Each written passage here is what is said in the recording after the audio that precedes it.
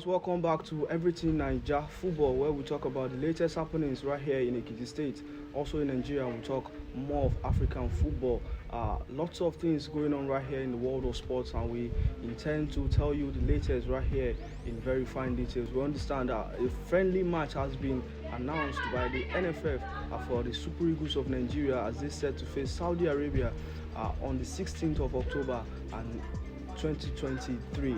We also understand the WAFCON 2024 qualifiers will start this week. Nigeria has invited a total of 24 players.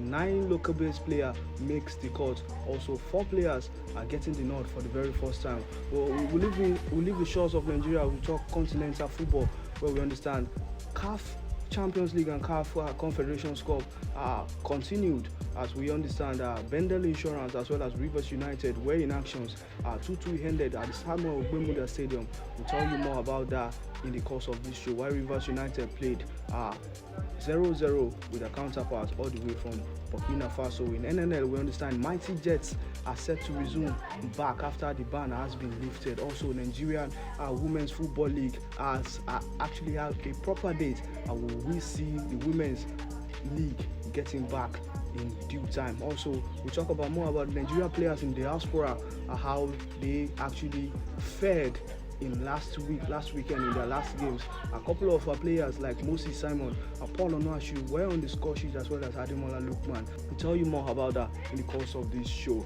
Jerry returns this beautiful day again as he joins the conversation. Jerry, it's nice to have you here. Join me again. How are you doing today? Yeah, I'm very fine. Thank you very much for having me around. So glad to talk about sport. Definitely. Let's begin the conversation from the Super Eagles news that we hear that they have the friendly with Saudi Arabia on the 16th of next month to actually head a couple of the preparations ahead of that particular African Cup of Nations coming up next year, as well as some of the World Cup qualifiers that they will be playing later in this year. Jerry, last match that Nigeria played, it was with Sao Tome and Principe right there in Uyo. We talked about this particular match before that time, and it was a 6-0 thrashing of Sao Tome and Principe. Now we have another friendly in line for the Super Eagles of Nigeria. Are you excited? You just like the game. It's a friendly game. It's to prepare the team ahead of competitive matches. You know, they still have against Lesotho by November, and as well preparing for the AFCON proper by next year. So I think it's actually a very good one, because if you look at Saudi Arabia right now, the men's team, what they were able to pull at the last World Cup, you know that they're a very strong team, and they're a team that probably the Super Eagles needs right now to get themselves together. So I think it's a very nice one, although there are controversies around that. Probably maybe Nigeria has played Saudi Arabia before. Some said Nigeria played them 2010 at the National Stadium, where it ended goalless. But no one knows for now. Everybody is still a thought. Or nobody is actually an authority over that right now. But what Ademola Olajire said is that Nigeria has never played against Saudi Arabia. But for me, what matters, aside from the fact that if Nigeria had played against them or not, is that it's actually going to be a training process or a testing process for the Super Eagles of Nigeria to know where they are lagging behind ahead of competitive matches. All right, let's quickly take a look at Saudi Arabia. They were at the last World Cup that was held in Qatar, and the first match they beat eventual champions, which were Argentina's in the first match. They came from a goal down. Saudi Arabia is a league that has actually developed over a period of time, and we've seen the likes of big players like Cristiano Ronaldo, Sadio Mane of this world moved from Europe to play in Saudi Arabia. Should there be a couple of concerns for the Nigerian national team, considering the fact that these players from Saudi Arabia has actually grown in leaps and bounds over the years? It's not, for me, it's not that a concern, because if you look at Nigerian players too, Nigeria is not actually a joke right now. We've actually shown class in the continent. Don't forget that we have one of the finest players in Europe at the moment, talking about Victor Osimhen, who currently is breaking boundaries, setting a lot of records. Don't forget that I think last week he was nominated for the FIFA Ballon d'Or award, and as well too for the CAF FIFA Men's Player of the Year award too as well. So it's something that we have top players. Look at from our goalkeeping down to the striking role. We have players that they are capable enough to execute that game. So I think it's actually a win-win for Saudi Arabia, because it's actually going to be a privilege for them to play against Nigerian giant, African giant. Yes, and also we too will be playing against Saudi Arabia, who happens to be one of the top gun in the Middle East. All right. Oh, before we actually leave our Super Eagles story, we understand that the last match that Super Eagles played against Sao Tome and Principe, we had a couple of players that were called up for the first time who didn't get the nod. Players like Jordan Torrenaga as well as Gift Orban. So, are we going to see these players, get the nod, or see more players being called up into the national setup just to test these players and see whether we are good enough going into the African Cup of Nations next year proper? Yeah, it's until Coach Jose Pesero calls his final squad for AFCON. That's when we can say that he already has his own squad. Anything can actually happen. Anything, yes. Don't forget that I think last year, last 2 years before AFCON, there were contemplations that if Victor Osimhen will actually go for AFCON because of the injury he had. And that was even another big blow for Nigeria then. So we need to also look at it again from that angle, that anything can actually happen to probably the starters that we have in the national team. Anything can happen. The European season is ongoing, so which means injury can actually set in. A lot of things. So which means we don't have to gather or to put all our eggs in one basket. Calling a lot of players, trying to look at text around, because you never can tell. One player can actually come around and might feel the that we have been looking for. Look at the goalkeeping aspect of it now. We've used someone like Francis Ozor as our goalkeeper, which currently now still happens to be the number one goalkeeper. We have Adebayo Adeleye. We have from the home base too as well, Ojo Olorunleke as well. So which means even we Nigerians or Nigerian football fans are still not satisfied about the goalkeeping aspect of it. Now to look at the midfield as well. So these are areas that I think that the Super Eagles coach will be looking towards for. And if he brings another player to test or to test the water too as well, I think it's not a big deal, or it's not even a bad idea at all. All right, we keep our fingers crossed and keep you updated on the latest when the list comes out eventually on the set of players that will be paraded against Saudi Arabia next month in the international friendly. Away from that, now we talk about the WAFCON 2024 qualifiers, where we understand 24 players has been named by the NFF to actually face Sao Tome and Principe. Goalkeeping, Chiamaka Nnadozie, who currently plays for Paris FC in France, makes the cut. Tochukwu Oluwayi, and for the first time in a very long time, Yewande Balogun drops this time around, and a new player is actually there. Monday Oyono gets the nod this time around. Defenders, Onomeyebi at 40 still makes the squad after that proper World Cup that we saw Nigeria played. I got to the second round of that particular tournament before we were hedged out by England. Also, Akudo Ogbonna returns this time around. Michel Alozie also makes the cut, as well as Nico Payne, who was not a part of that squad when they went to the World Cup. Also, Demeyin Rofia Timuron, as well as Comfort Folorunsho, who once played at the under-17 for Nigeria a couple of months back, I beg your pardon. Also, we saw in the midfield position, Peace Effie makes a sensational return to the team. Rashida Tajibade makes the cut, as well as Christy Uchebe. Esther Oyenedeze also plays for FC Robo right here, makes the cut. Regina Otu also returns, as well as Tony Payne. And the forward, Ifeoma Onumonu gets the nod. Floris Sebastian, who plays for local-based team right here in Nigeria, also gets the nod. Gift Monday, as well as Vivian Ikechukwu, Asisa Toshoala, Opeyemi Ajakaye, as well as Chiamaka completes the squad in that particular. Let's talk about this squad, Jerry. We understand that 4 new players gets the nod this particular time when you're talking about Opeyemi Ajakaye. Comfort Folorunsho, this duo played for Nigeria in the under-17 stage, where they came third in that particular encounter. But before we talk about Chiamaka and Monle Oyono, the goalkeeper, let's talk about Opeyemi Ajakaye. Now, I've seen her play a couple of times. She has the pace. She can take on defenders, although she's not the best of the finishers. But do you think for the future it's good, to bring up this kind of player in the Super Falcons setup? Yeah, thank you very much. For me, she's work in process right now. And if you look at how from the cadet side, from the cadet team, under 17, if you notice, Opeyemi does the dirty job. She does the running, they take on, and you see you see Okpayemi very close. You see Aminat always very close to Okpayemi, especially when Nigeria wants to start the build-up in the offense. So it's something that I think it's going to give her that exposure to learn from someone like Asisat Oshoala, who already is a legend in the women's football, if I may use that word right now. And not so, I think it's just most of these guys might not even get the chance to even play, but I think during the training process, during the training sessions, they will actually have enough time to learn from the likes of Asisat Oshoala and also top strikers in the team too as well. But I was also surprised that like Osinachi Ali was not scored in the squad. I know that Atli Popta just joined a new team in Saudi Arabia. Probably maybe one of the reasons why she wasn't called to the team. But Yewande Bello, it's actually been a very long time because I don't think Yewande actually made up to maybe 20 appearances for the Super Falcons throughout, because she's always been probably the top choice goalkeeper after Oluwaji and the likes. But although the questions have always remained that why is Onamaebi still in the squad at 40?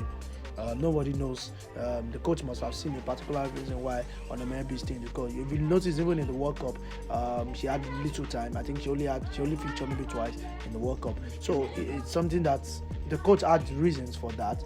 Although we know that we already had people that will actually marshal the centre back position for the Super Falcons, even if Onamaebi is not actively present in the national team. All right, the sad news right there is the particular match with Sao Tome and Principe and the Super Falcons of Nigeria has actually been cancelled when Sao Tome and Principe announced that they have actually withdrawn from that particular encounter. So Nigeria automatically advanced into the round 2 of that qualifying series and set to face the winner between Cape Verde and Liberia. So you would say that whoever comes out of that particular contest, it should be an easy passage for the Super Falcons of Nigeria to go into the African Cup of Nations next year. Oh yes, so for me obviously it's actually going to be a very simple or easy ride for the Super Falcons of Nigeria. All right, we'll keep our fingers crossed and see whoever emerges as the winner in that particular contest to face the Super Falcons of Nigeria. Away from there now, we'll talk about continental football, where we understand that Bendel Insurance were in action over the weekend as they played former champions who are the Moroccan side, RS Berkane. It was 2-2 ended. Bendel Insurance scored first, Berkane equalized, and Bendel went up again before that goal came in from the Moroccan side, and 2-2 ended in that particular contest. Also, Rivers United played a barren draw away from home when they faced their opponent far away in Burkina Faso. Samuel Bamishebi joins us right here from the commercial capital in Lagos. Together we shall talk about this particular contest between Rivers United as well as Bendel Insurance. Samuel, good morning to you. How are you doing today? And how is Lagos? Good morning to you. Lagos is fine. It's good to be here. It's good to be on this episode. Lagos is a bubbling city, man. With all of the stress that it possesses, well, we're still running it. We're still making sure that it ends meet. So yeah, it's good to be here. All right, let's begin the conversation, because over the weekend we understand that a couple of teams were able to pick a maximum result in the ongoing CAF and CAF Champions League and CAF Confederations Cup. But then let's talk about Nigeria representative Rivers United and Bendel Insurance. Rivers United play a barren draw with Teofilante of Burkina Faso on Sunday in the evening. Would you say this is a decent result going into the second leg side right here in Nigeria? I'll call it a half-decent result. Half-decent because if it was a 1-1 or 2-2, any kind of score draw, we'll say it's a decent result because the away goal rule stands in Africa. But getting a barren draw, you come home now, there's a lot of pressure on you because now you need to win outright. If you play 1-1 now, it's a problem for you. So I think they have a little more difficult job. We expected Rivers United to do better. They did dominate the game. From the post-match conference of the coach, Stanley Guman, he said it himself. They dominated. Finishing was their problem. They were able to talk away their chances. But they dominated the game. They controlled the game in opposition territory. But I feel like they need to do better because they are wholly hope in terms of the CAF champion in CAF Confederations Cup to go as far as we feel. That's no disrespect to Rivers United, to be very honest. To Bendel Insurance, I beg your pardon, to be very honest. But they've got the tougher time. So if you are going to look at it on paper, you feel like Rivers United should go far. And Rivers United are playing only in this second preliminary round. Penel have played from the first stage. So, I mean, you can't just win one game and go through. We need them to go through, to go as far as possible, to keep our coefficients in Africa intact, because the two teams in the Champions League are out already, and that's bad for us, really bad. All right, let's talk about the starting 11 yesterday. Joseph Onoja as well as Paul Akwa were instrumental to Stanley Guma's side going all through to the quarterfinals in the last edition, but they started from the bench yesterday when they faced their opponents from Burkina Faso. What do you make of this decision by Stanley Guma? I think Stanley Guma not trying to use his team to maximum power. He's trying to be conservative, trying to be tactical in his approach. I believe that Stanley Guma has gone to the market and seen what he could make use of in terms of the market proceedings. There are a lot of teams now that have gone to make changes to their squad. So if you look at how these teams have set up, including the champions, Enyimba, then Remo Stars who finished second, everybody has gone into the market to try to bolster their squad. Rivers United finished third. That's not where they want to be. So they've gone to make some acquisition. We know the quality Joseph Onoja possesses, but still I feel it's a tactical change. But even if you look at the squad that played yesterday, there's still so many players that have been dominant for Enyimba over a couple of seasons. Kazi Einaya was there. Abakova was nominated as one of the best defenders last season. He's there. Okeme Williams was also there. Enyimba Wagwa. So I think they've still got quality in the side to finish the business here in Nigeria. We don't know where they'll play yet, if it's going to be PH or OU, but I feel they've got the quality, and honestly, I think I've got hopes on them. All right, let's talk about the chances they created now. They created bulk of chances.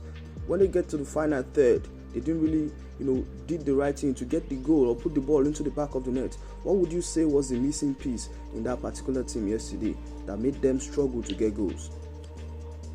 I think making some critical final decisions on the ball was one of the bane of the side yesterday.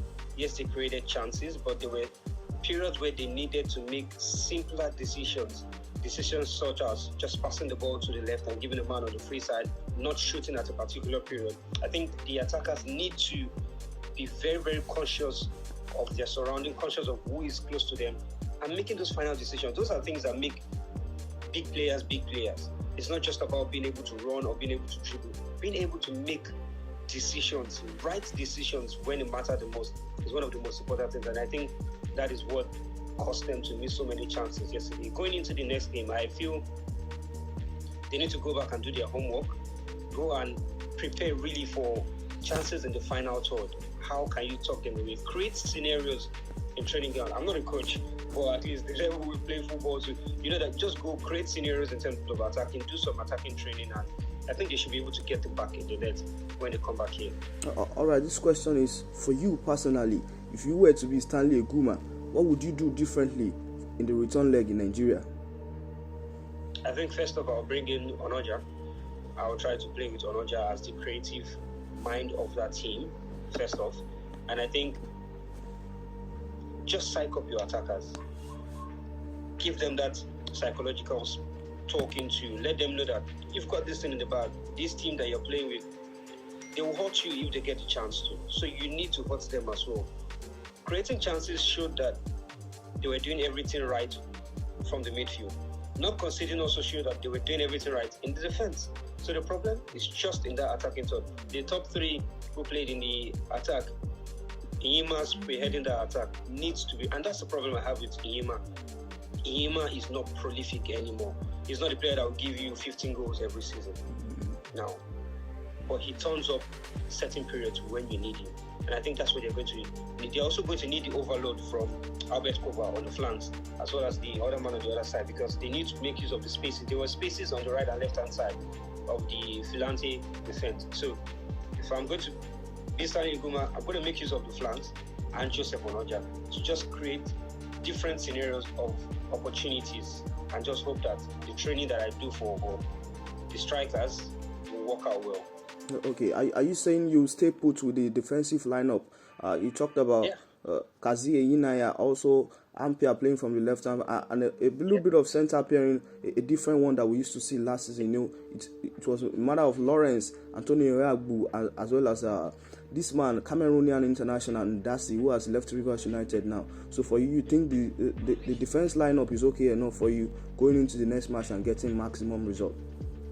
Absolutely. I think they did decently well yesterday. They were not troubled too much, so I think you can stick with that defensive lineup and just go with the other side. Just make a few tweaks, especially in that central midfield position.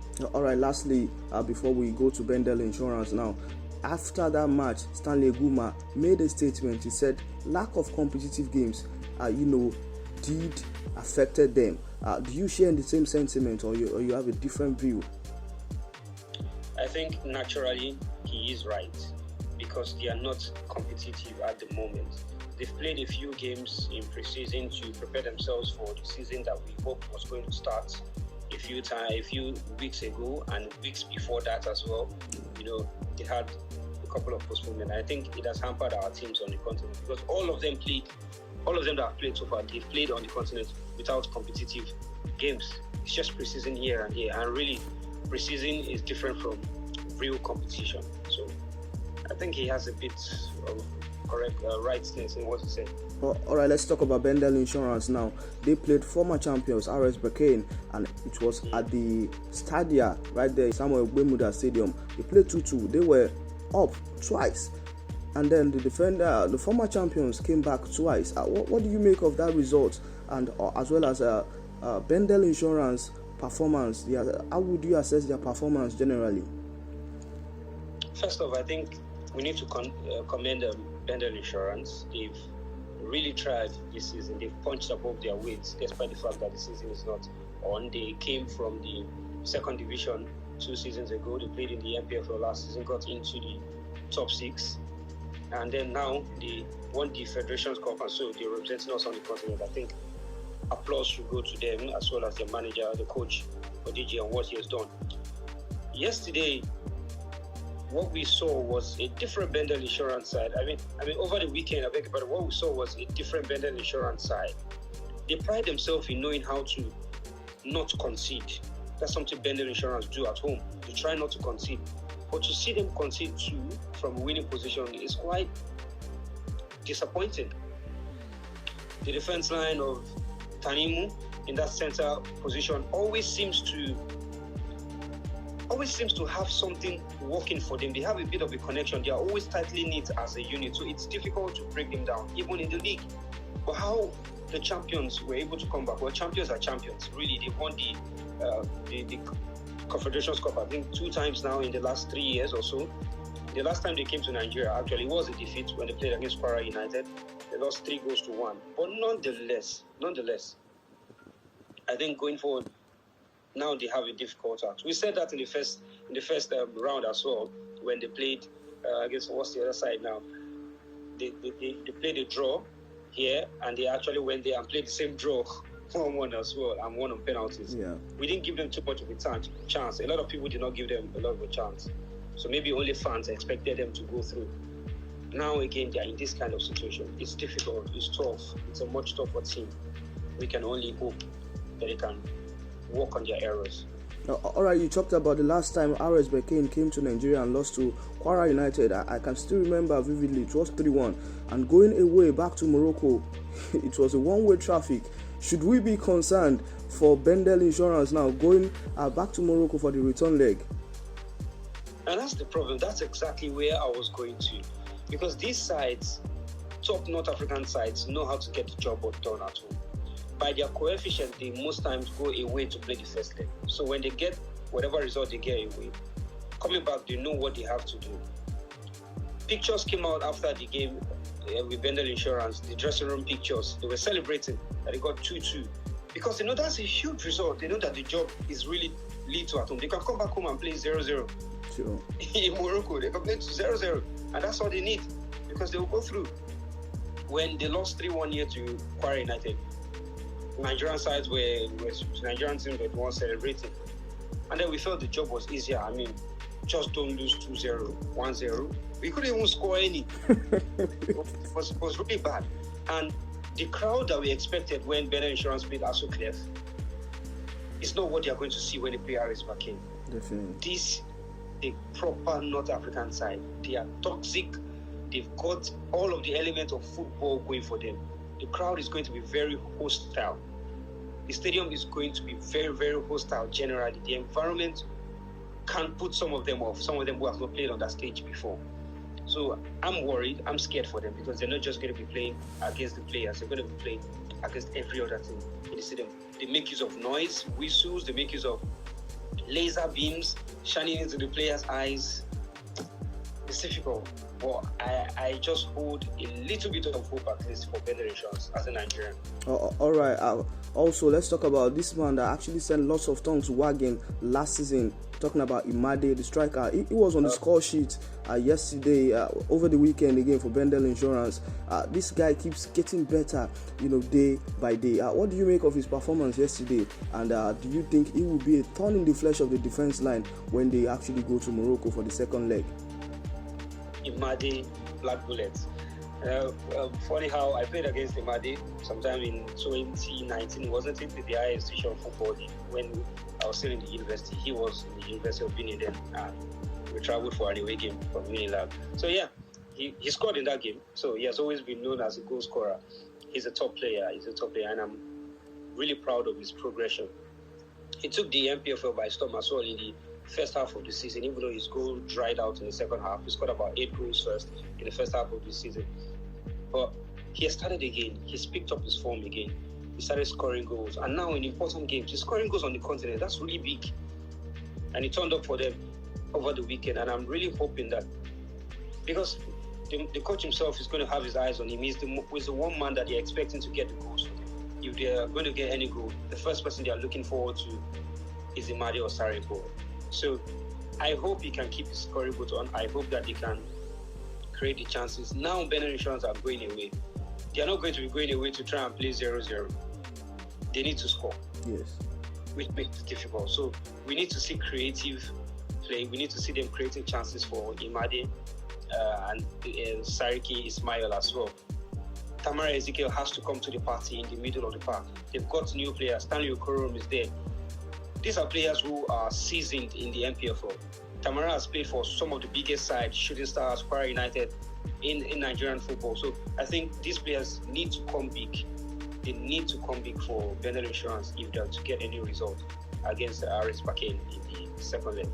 All right, we'll keep our fingers crossed and see how things pan out right there in Morocco. And lastly, what do you make of Monday Odigi's reaction when he was asked, when he was asked, for a pre-match interview after the match? What do you make of this? In the past, we've seen the case of Abdul Maikaba and some of other coaches from Nigeria League. Do you think it's high time, this coach start to give audience? Because I think for me, these are one of the basic things after the match. Regardless of what comes out of the match, you should be able to grant interview. What do you make of Monday Odigi's reaction? Well, first off, in Monday Odigi's defense, he was a lot emotional. He was not happy with how the game has gone. It was obvious that he was pained. But the problem was the emotional intelligence not to relay that pain into the journalists who are doing their job, because the journalists must ask you questions. They must ask you difficult questions. And to be very honest, those were not even difficult questions. Those were basic questions. If you go and you see the media in England and the rest, in that period where you're ranting, they throw more difficult questions at you and make you flare up. That's actually their aim. But the problem with Monday Odigi was he was angry and he poured out the anger on the journalist. It was really bad. It's just, I think it's something that he needs to work on. He's quite aggressive when his team doesn't win, when he's speaking to the media. That was not the first scenario. Even during the Super 6 or the Dozy, some previous competitions over the past, when his team doesn't win, when the result doesn't go his way, he's pained. And the fact that he has to do an interview after that makes him pain. So, coach, your team scored 2 goals and then they came from 2 goals. They considered 2 goals. What do you think about the defensive? They must talk. You can't tell us football is all about participation. Hell no, the CAF Confederations Cup is not about participation. Yeah, you're right. If you carry that mindset, it means you're telling us and you're telling the government who owns the team and everybody that we just go here, go play, go to enjoy ourselves. So all the money you're spending, you're not expecting anything. I think that's a bad mindset. that's a bad mindset. It's a bad mentality, and I think he can work on it. I think he just needs a little bit of guide to know how to calm his temper when he wants to answer questions with the media. But overall, he's a top manager. I think he will do well. He'll get better. All right, thank you very much for your time this morning, Samuel. I thoroughly appreciate your time. I do hope that whenever I call you again on this show, you will definitely be a part of the show. Absolutely. Thank you for having me, Josh. It's a pleasure. All right, thank you very much and enjoy the rest of your day. All right, thank you very much, Sammy. It's nice to actually hear from you after a long time. Sammy has actually added up a little from the last time I saw him together when we were at Uyo. It's nice to hear from you again, Samuel. So we're hoping to see Rivers United as well as Bendel Insurance advance into the group stages of that CAF Confederations Cup. It's going to be a little tough one for Bendel Insurance because the last time RS Berkane came here to Nigeria, they were defeated by Kwara United 3-1. But the return leg, which was a one-way traffic, as myself and Samuel just talked about it, we're hoping to see whether or not a team like that of Bendel Insurance can pull a couple of surprises and fly the colors of Nigeria very high over there in Morocco. We keep our fingers crossed and we update you when we have more as far as that particular story is concerned. We go straight to NNL now, where we understand the managers of Jos has been the ban they were serving has been lifted, so they've been actually given the green light to continue training and resume back this Monday. Jerry, FC Jos, Mighty Jets International of FC Jos, a couple of months ago they were suspended due to one reason or the other, and now the ban that was actually given to them has been lifted. How does this sit well with you? And do you think that this is the right time for a couple of clubs in Nigerian football, to keep up with the discipline and also do what is needed of them? And going forward, do you think other teams will learn a couple of lessons from Mighty Jets' story and do the needful at any time? Yes, discipline is one of the core things of sports, and for you to be a sportsman or even to have a sport to be a sports team, you must be very disciplined, and I think that's something that I'm so excited about, that they are back. Mighty Jets is a big name in the Nigerian football setting. For those who converse from the 1970s down to the 1980s, you know how Mighty Jets will actually rule the northern part of Nigeria, in terms even in the Challenge Cup and as well too in the Nigerian League.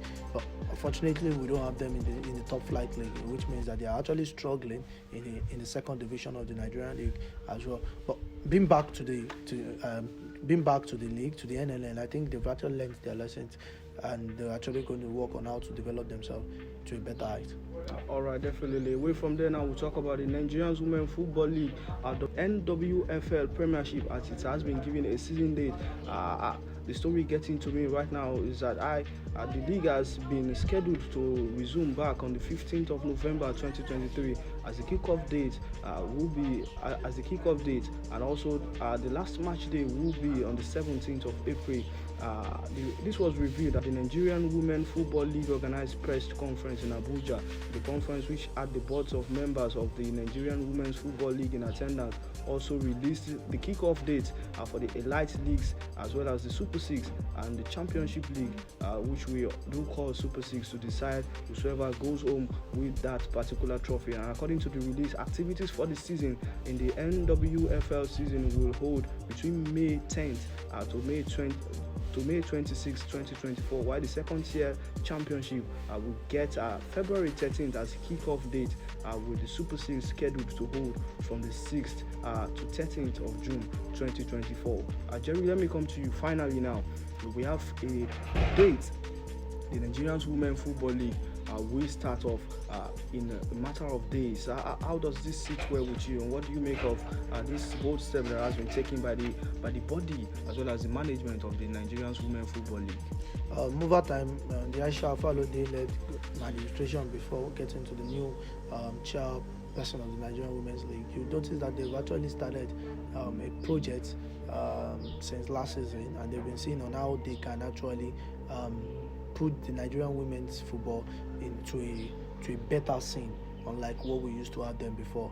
And now, because I actually heard the interview, and also I read the release from the press conference, and I was so excited with what of the plans they've actually put together to see how the league becomes a better one. I think one of the keynote again was the fact that they actually want to ensure that they have about 1 million people to come and see the women's football league.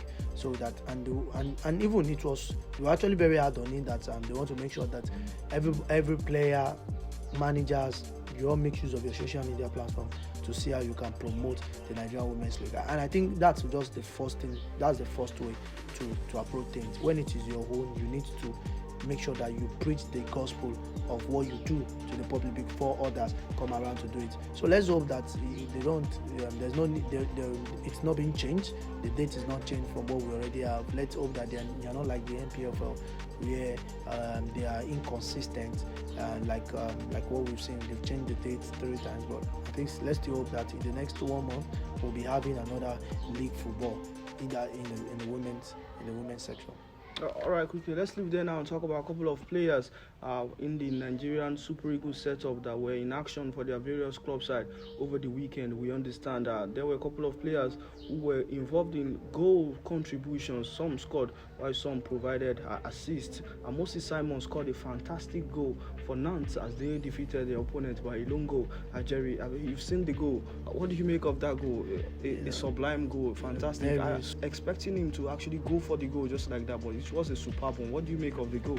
Moses Simon is just kind of player that when you don't even expect him to actually shine or to on the candle, you just see him, boom, he set the house ablaze, and that's what he did. Taking that chance, I think if he had not scored that ball, hopefully maybe Nantes and Clifford the game would have ended in a barren draw. But what he was able to do there, it's something that I think is exceptional, and that's one of the reasons why he had put himself in a leadership spot for the club.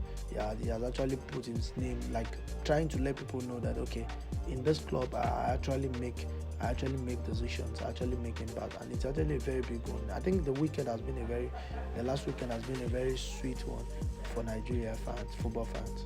All right. Also, Terry Murphy was on the scoreboard as he scored 2 goals, and this time around it was against the defending champions Paris Saint-Germain as they pinned PSG in a 3-2 5-goal thriller in that particular one. Also, Ademola Lookman was on the scoreboard for Atlanta. Paul Onuachu also scored after moving from Southampton on loan and joining Trabzonspor. Now, Jerry, let's talk about Terry Murphy. He scored a brace against Paris Saint-Germain. Oftentimes, we've seen this guy do what he knows how to do best, which is score goals. He has been a thorn in the flesh of defenders ever since he moved to the French side, talking about Lorraine, before he switched to OGC Nice. Now, many say this is the future of the Super Eagles, although he was left out in the last match that we played. But then, when he was left out, immediately when the list came out, he scored that same weekend.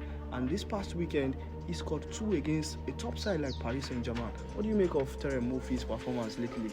And I think Terry Murphy is just this kind of guy that he's making that impression, making that statement that no, I am not just he's a striker that has eye for goal.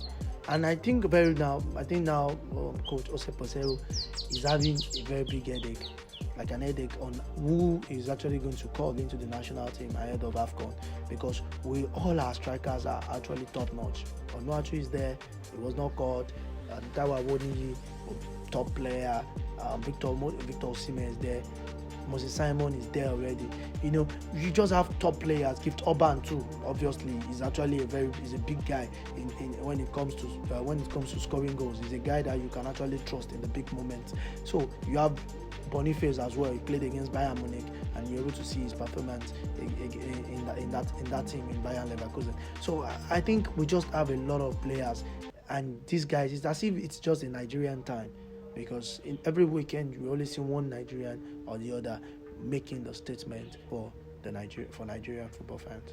All right. Personally, I'm happy for the fact that a couple of Nigeria's players are actually doing very well for themselves at their respective club, like Ademola Lookman, Terry Murphy, Paul Onuachu, hogging the headlines for good reason, and this is what we love to see. And lastly, before we go on the show today, we understand Ashley Prompter has joined Al Ittihad of Saudi club. Also, Emmanuel Dennis leaves Nottingham Forest on loan, and he joins Istanbul Basak on a season-long loan.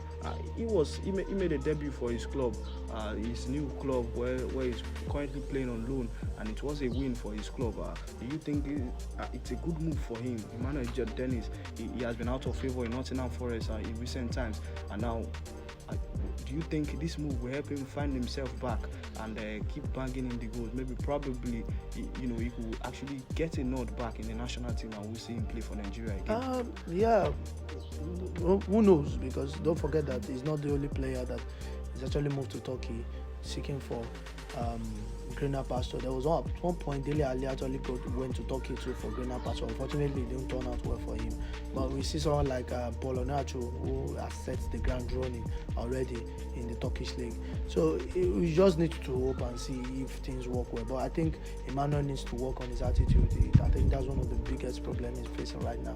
He needs to work on his attitude, and I think that's another thing any coach will be considering to bring him back to the national team. Don't forget that his last appearance on the national team was that little disagreement he had with Trost Ekong over who to take the penalty against Portugal. Eventually he missed the penalty. So I think that's already.